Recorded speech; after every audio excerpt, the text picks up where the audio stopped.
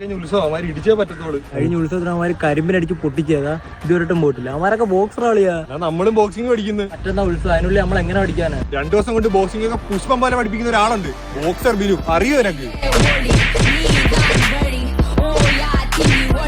അതാണ് ബോക്സർ ബിനു അണ്ണൻ. ഇയാളെന്തോടെ കുടിക്കുന്ന റബ്ബർ കാല് കുടിച്ചോ? ഇതൊക്കെയാണ് അഭ്യാസം. ഇങ്ങോട്ട് വന്നേ ബിനുവണ്ണ. ബിനുവണ്ണ 2 ദിവസത്തിനുള്ളിൽ ബോക്സിംഗ് പഠിക്കാം. മക്കളെ, ഈ ബോക്സിംഗ് എന്ന് പറയുന്നത് തമ്മിലടിച്ച് തലകീറാനുള്ളതല്ല, ഇതൊരു കലയാ. എന്നാ ഞങ്ങൾക്ക് ആരും അടിക്കാനൊന്നുമില്ല, ഞങ്ങൾക്ക് പ്രൊഫഷണൽ ആയിട്ട് ബോക്സിംഗ് പഠിക്കണം. വെൽഡൺ. ഗ്ലൗസ് ഉണ്ടോ? കാണിച്ചു പറ വിഘ്നേഷ്. എന്താ പാല് കറക്കാൻ കൊണ്ടുവന്നത് ഇതൊക്കെ? പെരുന്നമാരെ കറന്നു വിടുവോ നീക്ക്? അല്ല, മെഡിക്കൽ സ്റ്റോറിൽ ചെന്ന് പറഞ്ഞപ്പോ അവര് ഇതാ തന്ന. എടാ, മെഡിക്കൽ കോളേജിലെ ഗ്ലൗസ് അല്ലേ ഇത്? കാണാൻ ഇടിക്കാൻ ഈ സാധനം. പക്ഷെ ഇന്ന് ഇത് വെച്ചൊന്ന് അഡ്ജസ്റ്റ് ചെയ്യോ പ്ലീസ്. ബോക്സർ ഉണ്ടോ? അണ്ണനല്ലേ ബോക്സർ. ഞാനല്ല, മറ്റേ അടിയിടുന്ന നിക്കറുണ്ടോ ബോക്സർ? അതില്ല. എടാ, ഈ ഷിമ്മിയെങ്കിലും ഉണ്ടോ നിന്റെ കയ്യിൽ? അതും ഇല്ല. ഇതൊന്നും ഇല്ലാണോ നീയൊക്കെ ബോക്സിംഗ് പഠിക്കാൻ വന്നേക്കുന്നത്? മാഷെ ഒന്ന് ക്ഷമിച്ചോളാ, 1 സെക്കൻഡ് പ്ലീസ്. 1 2 അറിയാവോ? ഇതൊരു ചോദ്യം മാഷെ.